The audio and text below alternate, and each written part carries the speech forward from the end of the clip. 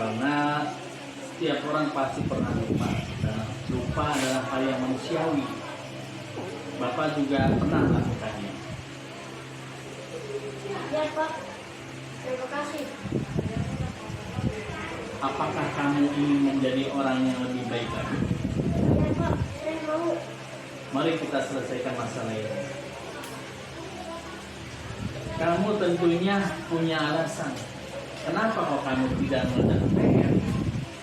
Ya Pak, kemarin saya tidak mengerjakan PR karena saya disuruh ibu saya untuk menjaga adik saya. Nah, karena ibu saya sedang sakit, maka saya lupa mengerjakan PR. Ya, membantu orang tua adalah suatu kewajiban anak yang patut dilaksanakan. Tetapi jangan sampai juga kamu melupakan kewajiban kamu sebagai seorang pelajar, yaitu belajar dan mengerjakan PR yang ditugaskan oleh guru. Iya Pak. Sebetulnya kamu mau jadi orang seperti apa sih? Saya ingin menjadi anak yang berguna bagi orang tua dan masyarakat. Baik. Tadi ya di awal kita pernah membuat keyakinan kelas. Kira-kira keyakinan kelas seperti apa yang sudah kamu lakukan? Ya Pak, saya sudah melanggar keyakinan kelas kita, yaitu tidak mengerjakan tugas dengan tepat waktu. Baik, Bapak percaya kamu dapat menyelesaikan PR kamu dan dapat melaksanakan keyakinan kelas kita, yaitu mengerjakan tugas tepat waktu. Baik, untuk itu nanti Bapak akan menyuruh kelompok kamu membantu kamu mengerjakan PR yang kamu belum ngerti. Terima kasih Pak. Ya.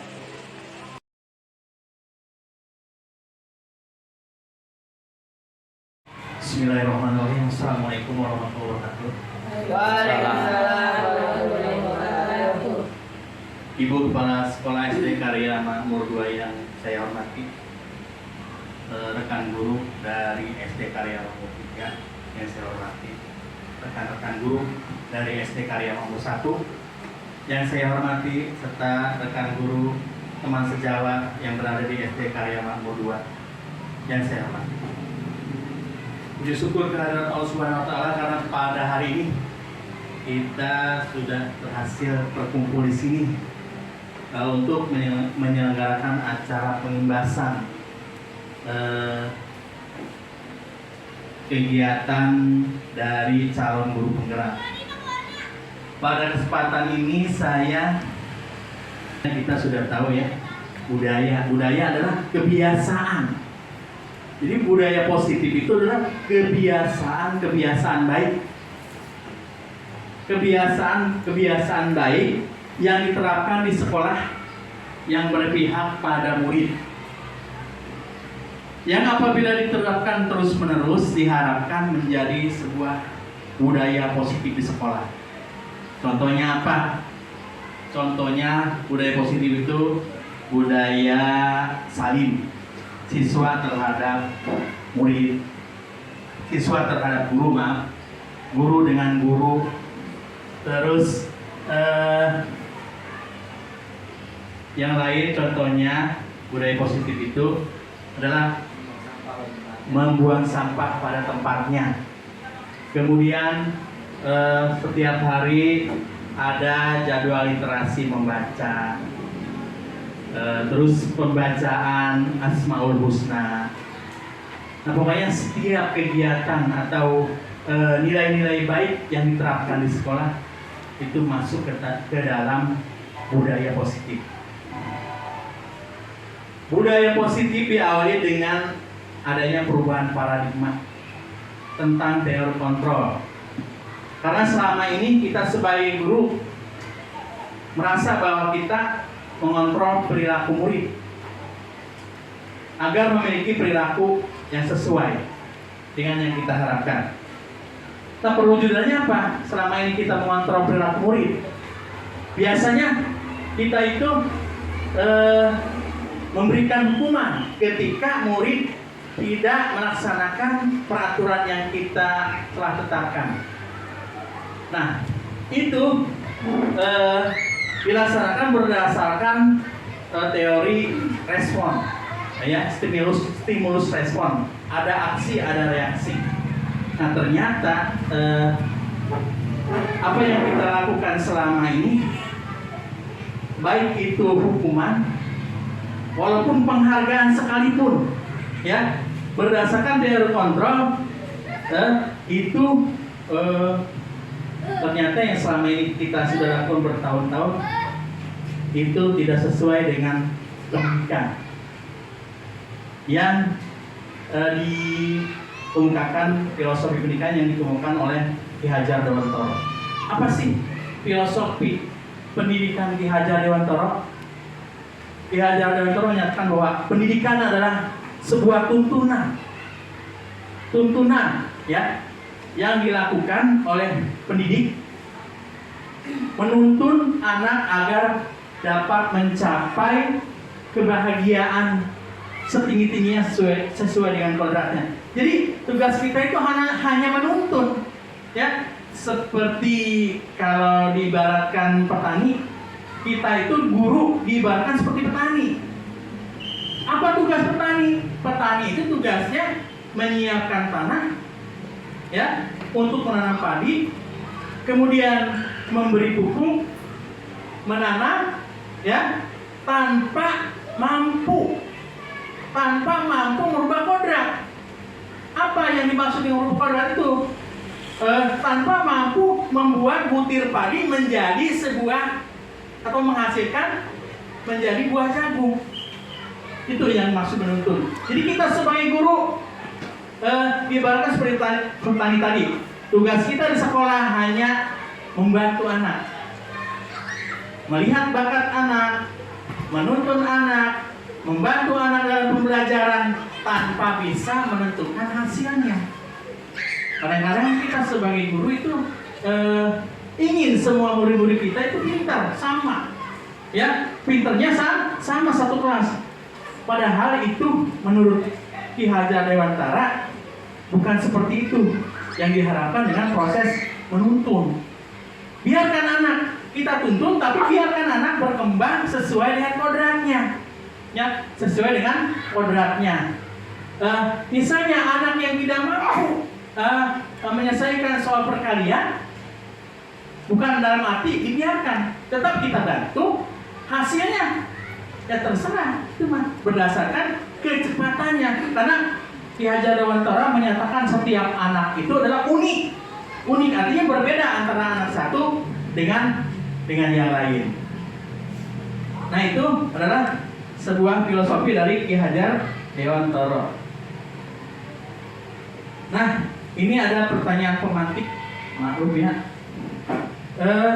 Setuju atau tidak setuju, Bapak atau Ibu? Yang pertama, hukuman dapat mendisiplinkan anak. Setuju nggak? Tidak. Tidak. Yang lain? Setuju tidak? Ya, mungkin nanti ada alasannya, ya. Yang kedua, pemberian hukuman dengan hal positif seperti membaca, membersihkan halaman sekolah dapat meningkatkan disiplin anak. Setuju atau tidak tuh? Tidak. Pernah nggak memberikan hukuman seperti itu? Pernah, pasti ya. Yang ketiga, memberi penghargaan dapat meningkatkan motivasi belajar anak. Betul apa tidak? Nah, selama ini yang kita lakukan, ya. Jika anak misalnya tidak mengerjakan PR, langsung kita kasih apa? Hukuman. Silakan lari keliling lapangan 5 keliling. Nah, itu tujuannya apa coba? Tujuan kita apa memberikan hukuman itu? Agar anak disiplin. Tapi hasilnya apakah anak tidak mengulangi, dia tidak mengerjakan PR? Belum tentu, ya. Nah, tujuan kita dalam hati kita yang paling banyak memberikan anak lari, hukuman lari 5 keliling atau menjemur anak itu apa? Apakah meluapkan kekesalan kita pada anak karena dia tidak nurut dengan kita? Dalam hati nurani, mungkin itu dia. Nggak nurut nih anak ini, udah lari, mungkin itu. Nah, itu menurut Ki Hajar Dewantara, hukuman itu tidak sembarangan diberikan. Ya, jalan terakhir. Ya, kemudian saya mah suruh aja anak itu, misalnya karena dia tidak mengerjakan PR, anak nulis, saya akan mengerjakan PR sebanyak 10 lembar misalnya. Apakah itu positif buat anak? Tidak. Ya. Nah, kemudian memberikan penghargaan. Penghargaan dapat meningkatkan motivasi belajar, betul tidak?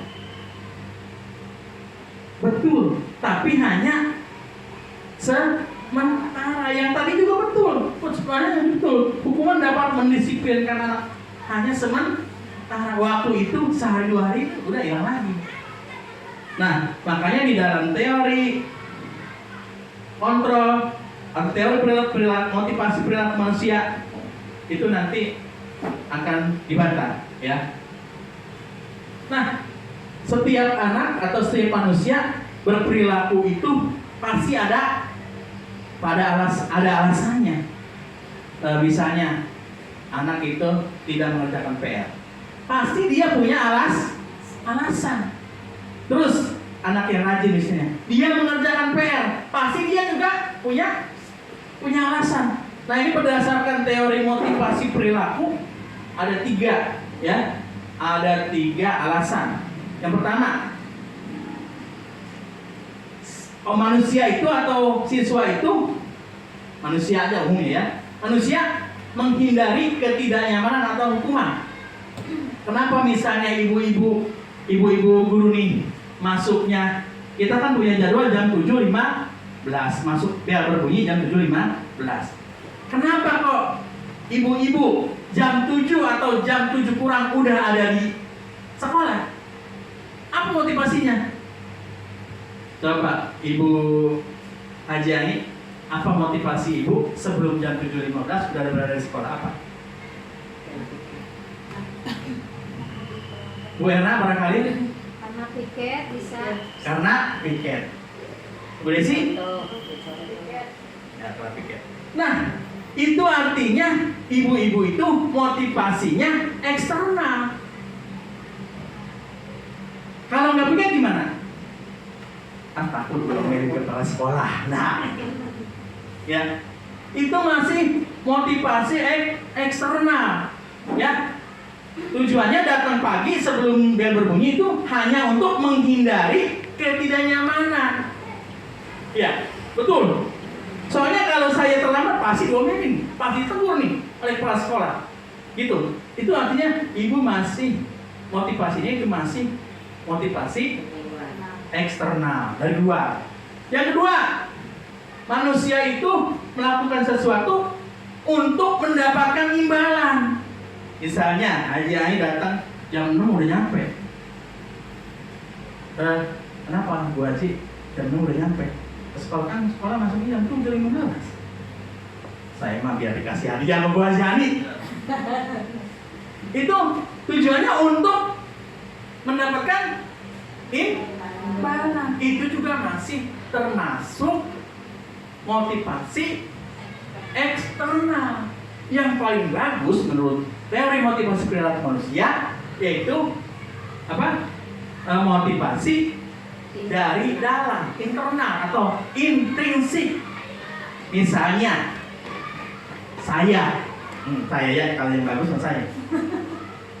Misalnya saya itu datang sebelum jam 7.15, bukan pengen dikasih hadiah, bukan takut diomelin kepala sekolah, juga bukan, tapi saya ingin menghargai diri saya sendiri.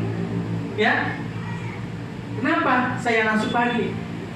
Ya, saya ingin menghargai diri saya sendiri, karena kalau masuk siang takut takut ditegur. Dan saya tidak mengharapkan imbalan. Jadi saya mah melaksanakan masuk pagi sesuai dengan tugas saya sebagai guru. Masuk jam 7.15, jam 7 saya udah datang. Nah, itu yang paling diperlukan, motivasi dari dalam diri sendiri. Silakan saya buka sesi bertanya. Ingin menyampaikan materi atau mengadakan pembahasan tentang budaya positif. Budaya positif yang ada. Bapak-bapak dan ibu-ibu, saya buka sesi pertanyaan, silakan. Kalau ada yang mau bertanya, ayo. Iya, Ibu Desi, silakan. Tadi kan dikatakan bahwa penghargaan dapat menghukum seseorang. Ya. Maksudnya apa ya, Pak? Ya, terima kasih dari Ibu Desi, guru kelas 2 dari SDK Negeri Karya Makmur 2. Pertanyaannya sangat bagus. Tadi saya sempat menyinggung sedikit tentang penghargaan. Penghargaan itu apa tadi katanya? Dapat menghukum seseorang. Maksudnya apa? Jadi hukuman dan penghargaan dalam teori motivasi perilaku manusia dan filosofi pendidikan Ki Hajar Dewantara itu dalam penerapan budaya positif sebaiknya memang perlahan-lahan dihapuskan. Baik hukuman maupun penghargaan itu sama saja. Seperti pertanyaan Bu Desi tadi, mengapa ya penghargaan dapat menghukum seseorang? Penjelasan begini. Saya pernah punya pengalaman di STI kurang lebih 15 tahun yang lalu. Ketika ada acara resepsi kenaikan kelas, dipanggillah siswa-siswa berprestasi dari kelas 1 sampai kelas 6. Ketika dipanggil giliran anak murid saya, waktu itu kebetulan saya mengajar kelas 4 juga. Peringkat 1 kelas 4 maju ke panggung ya. Peringkat 2 kelas 4 disebutkan namanya si A, si B, si C sampai peringkat 3. Setelah semua dari kelas 1 sampai kelas 6 itu yang siswa berprestasi yang dapat ranking 1 sampai 3 naik ke panggung, ada satu murid saya yang tidak naik ke panggung, yaitu ranking kedua. Padahal pada waktu pentas seni ada tari ya, ada nyanyi, itu dia tampil beberapa kali bahkan. Dan ketika dipanggil untuk menerima hadiah piagam penghargaan, dia tidak ada. Ya kita positif aja berpikirnya, mungkin dia udah pulang. Kemudian keesokan harinya pas pembagian raport itu anak juga nggak ada. Ya. Nah, kemudian saya cari tahu, saya telepon orang tuanya. Ternyata apa yang terjadi? Dia malu. Kenapa malu? Karena ranking 2 kok malu? Gini Pak, dia itu biasanya dari kelas 1 sampai kelas 4 semester 1 kemarin dia selalu ranking 1. Sekarang dia ranking 2, dia malu. Nah, itu yang saya maksud tadi, penghargaan dapat menghukum penerimanya. Biasa dia dapat penghargaan ranking 1, ketika dia mendapat ranking 2 atau tidak mendapat, dia akan malu, tersiksa batinnya, malu. Nah itu yang saya maksud dengan penghargaan dapat menghukum. Menghukum itu bukan hanya yang menerima, tapi juga yang tidak menerima juga menghukum. Contohnya begini, misalnya itu tadi contoh nyata tuh ya, pengalaman saya. Misalnya pada suatu upacara dipanggil peringkat 1 juara membaca misalnya si A, si B, si C ya. Kemudian yang tidak dapat hatinya gimana? Kecewa. Padahal saya nggak kalah sama dia. Oh, kenapa saya nggak dapat gitu kan?